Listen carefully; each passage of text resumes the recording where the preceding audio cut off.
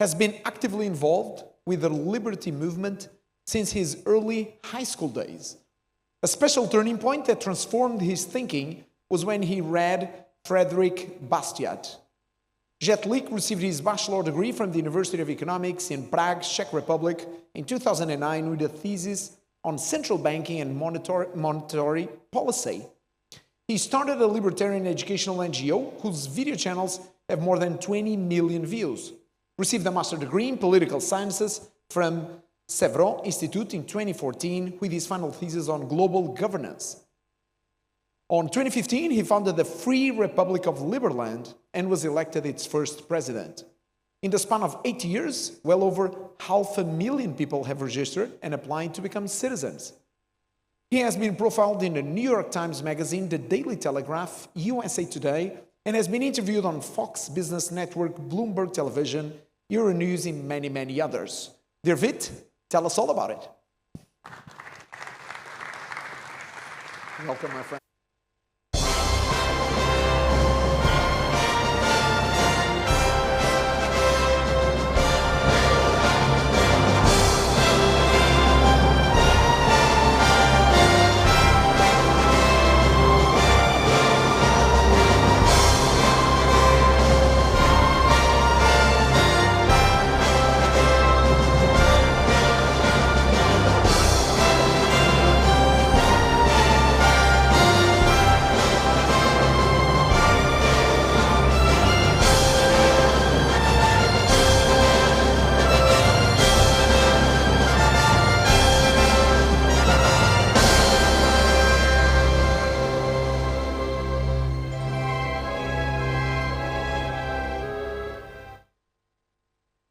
Exciting to be here with you, and so many interesting speeches, especially about AI, really got me thinking about quite a few things, and also rethinking quite a few things about Liberland. So Liberland is a startup country. We're the youngest country in the world.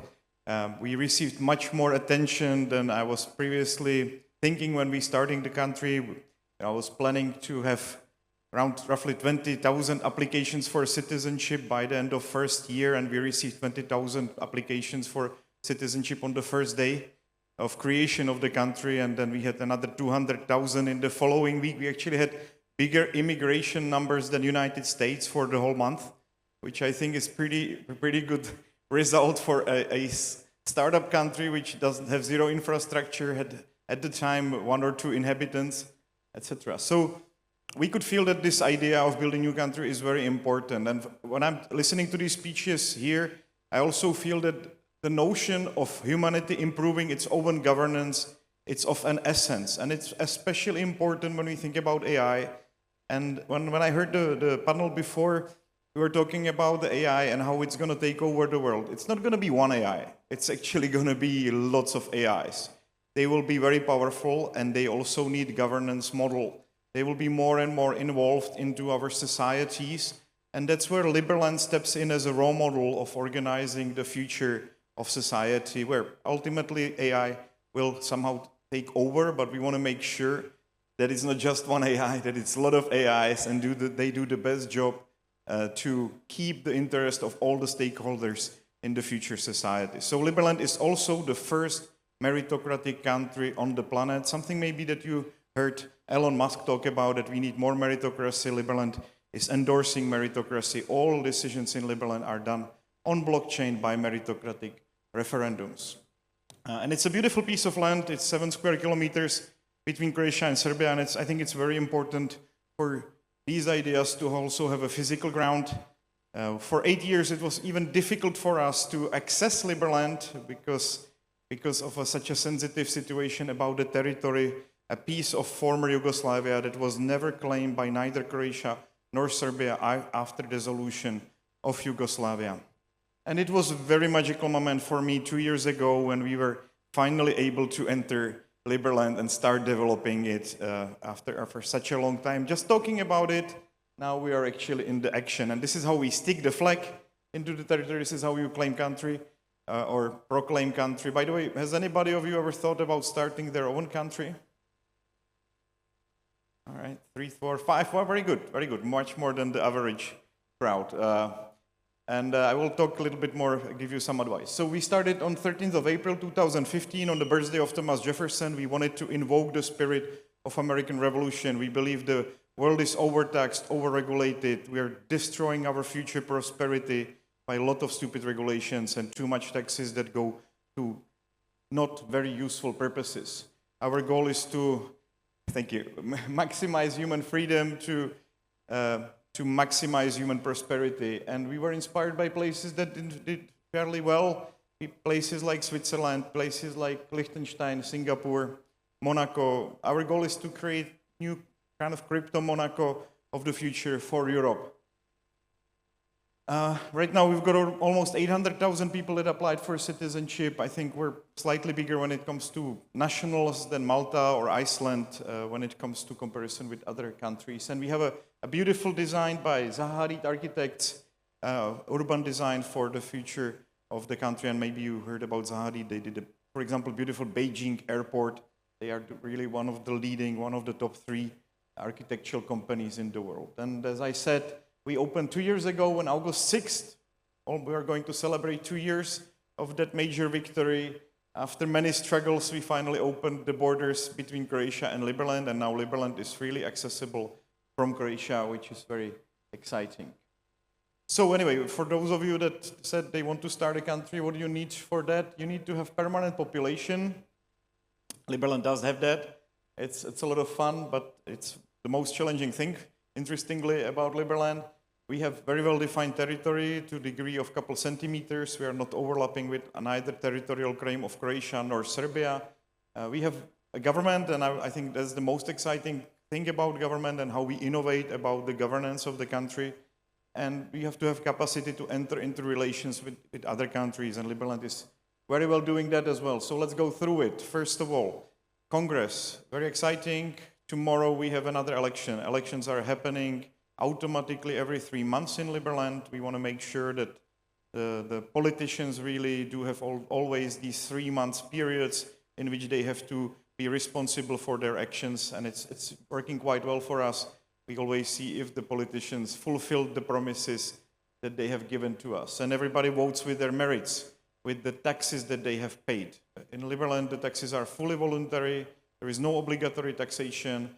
And whenever you pay taxes, you actually become the shareholder of your country, which I believe is the right model for the future. I think the models that we have created so far, the systems where you actually don't receive even a thank you letter for the taxes that you have paid, is very, very non-humane, and we need to fix that. Thank you. So the Congress is taking care of most of the stuff, executive stuff in the country, and every single decision by Congress has to be confirmed by all the citizens with voting powers with their merits. So Congress is still like kind of just preparing the legislation and decisions, but then the people, the citizens, are doing it. And we've got quite a fun Congress. This is the currently elected Congress. After the first elections, we actually were lucky, and the first Prime Minister of Liberland, Justin Sun, coincides to be also the wealthiest Prime Minister of a country probably ever, which is a good, I would say, witness to the fact that we're doing something different than other countries, and that we have very powerful people that are very interested in our system of governance. And Justin Sun committed to yet another 3 months of serving the country. Under his leadership, we're going to have until another 3 months from now, and he committed to fostering relations with the United States. He himself is an advisor for Donald Trump when it comes to all DeFi projects, World Liberty Finance. He's advisor there. Evan Lutra is another great guy, very influential person in crypto world. Navid Sabarin is our finance minister for the last 3 years. Tariq Abbasi, for example, is also a representative of British King. So we have a high-level people that are helping us to push Liberland forward. As I said, the taxes are completely voluntary. We believe that's the best way to prevent waste inside of the government. People really only pay when they want to, and they even can contribute to the causes that they want to. And whenever you pay them again, you become the merit holder. You need to have 5,000 merits, like a minimum amount of shares, to have full political power in Liberland. And with these merits, then you make the decisions. The merits are not staked forever. You can unstake 10% a year. That's kind of the social system of Liberland. But unlike with other countries where you usually have a Ponzi scheme, a system which basically falls apart if the new generation stop contributing to it, in Liberland you're literally selling shares of your own country, which I think is kind of exciting, and with a very expectedly big appreciation of Liberland merits, it could be also interesting from investment perspective. So in total we have only 70 million merits ever, and we are distributing 10% a year to the market. So it's a similar tokenomics like Bitcoin for Liberland merits. And what we believe in, that by introducing blockchain to governance, and this is where I believe Liberland is strongest, we are able to remove up to 90% of bureaucrats from the system. We make the transaction within a society trustless. We put everything that normally the state does on blockchain platform. So it's immutable, completely transparent, and happening within the split of the second. So if you're selling if you're selling a car or a piece of land, or you're simply making a company, everything is happening within the split of second. Usually the transaction costs something like $0.01 to happen. You don't have to wait in the queue anywhere. You have your private keys, you're managing all of these things directly on blockchain. You can issue the shares of your company, you can put them on the stock market in Liberland. The stock market in Liberland is completely decentralized, so it can be immediately tradable, everything that you're doing. So I believe this is very important. This is not just theory, we actually launched it, and we are getting more and more users of the system, teaching our citizens how to use the system. You can just jump there, see immediately how the Ministry of Finance is spending its budget. Every single second, the system basically updates the data, and you can immediately see. You can see what are the predictions for the current elections. The elections are also transparent, so you can see the forecast directly from the way that people are casting the votes right now, because you're casting the vote continuously. We're connected now to all other bridges. So Liberland has become completely independent from banking, which I think is very exciting. We are really a truly first decentralized autonomous government. We don't care if the banking world likes us or not. We have our own currency system that is decentralized, and it's connected to decentralized world of finance, Solana, Ethereum, all these other ecosystems directly, which I believe it's kind of exciting that we finally got to that stage and we don't have to worry about anything when it comes to our integration to the financial world. The voting, the system of election is also something I want to mention. I believe we have chosen the best algorithm for elections. Your vote can never go to waste. You always decide which people you want to elect in which order, and the algorithm itself makes sure that it uses your votes in the best possible way. So you also don't have to worry that you're voting for somebody that doesn't get there. This problem in the modern political systems, I think, is very, very big. People simply don't want to vote for newcomers because they're afraid that their vote will not make it and they will waste their vote. But in Liberland, it's impossible. The algorithm is always making sure that the votes are properly counted and distributed in the way that you never waste a vote. And we also want to innovate in the way that the traditional services that Liberland wants to focus on, and actually focus on only security, justice, and diplomacy, something that founding fathers of United States strongly believe in. We also want to innovate in the sense that we want to bring more competition. So that's why we have Uberized police. It's kind of fun. It works all around the world. A Liberland system of auctions for any kind of job, including security job, is already up and running. I just checked, even in Lisbon, there is around 35 users that are available if I need something to happen, and be it a security incident or simply need a ride here, I don't have to call Uber. I can also call Liberlanders and see if I get a response from the 35 people community that are currently now on alert. So feel free to download it as well. It's working for both Android as well as iOS. Just put Liberland into the Apple Store or Google Play, and you can try it. And we're working hard on our diplomatic relations with the old world, and as we heard here, as well. The old world of congresses and parliaments is really taking care of just one election, so they don't really look too much ahead. But these topics that Liberland is bringing are really becoming a topic of the day. I still believe we're at least 5 to 10 years ahead of any other country in what we're doing. So sometimes it's good to be early, sometimes it's also a bit difficult to explain it to others. But when we had a presentation in European Parliament, all groups came down to listen to us, which was great. We also had a presentation in front of congressmen and senators in the United States. We're pushing for recognition by separate states now in the US, but also pushing the administration to take deeper look into what Liberland is doing. We already visited multiple countries on official state visit to establish relations. This was our trip to El Salvador, a very important trip we did very recently. Liberland was recognized for humanitarian activities, even at the UN level. This was last year. We got an award for helping quite a few Central American and South American countries with some humanitarian efforts. And our model of governance is really being looked into by quite a few UN countries, which is great also. They're not looking necessarily to adopt it for the whole country, but they're considering using our model of governance for separate free trade zones. Similar way, for example, Dubai has Dubai International Financial District.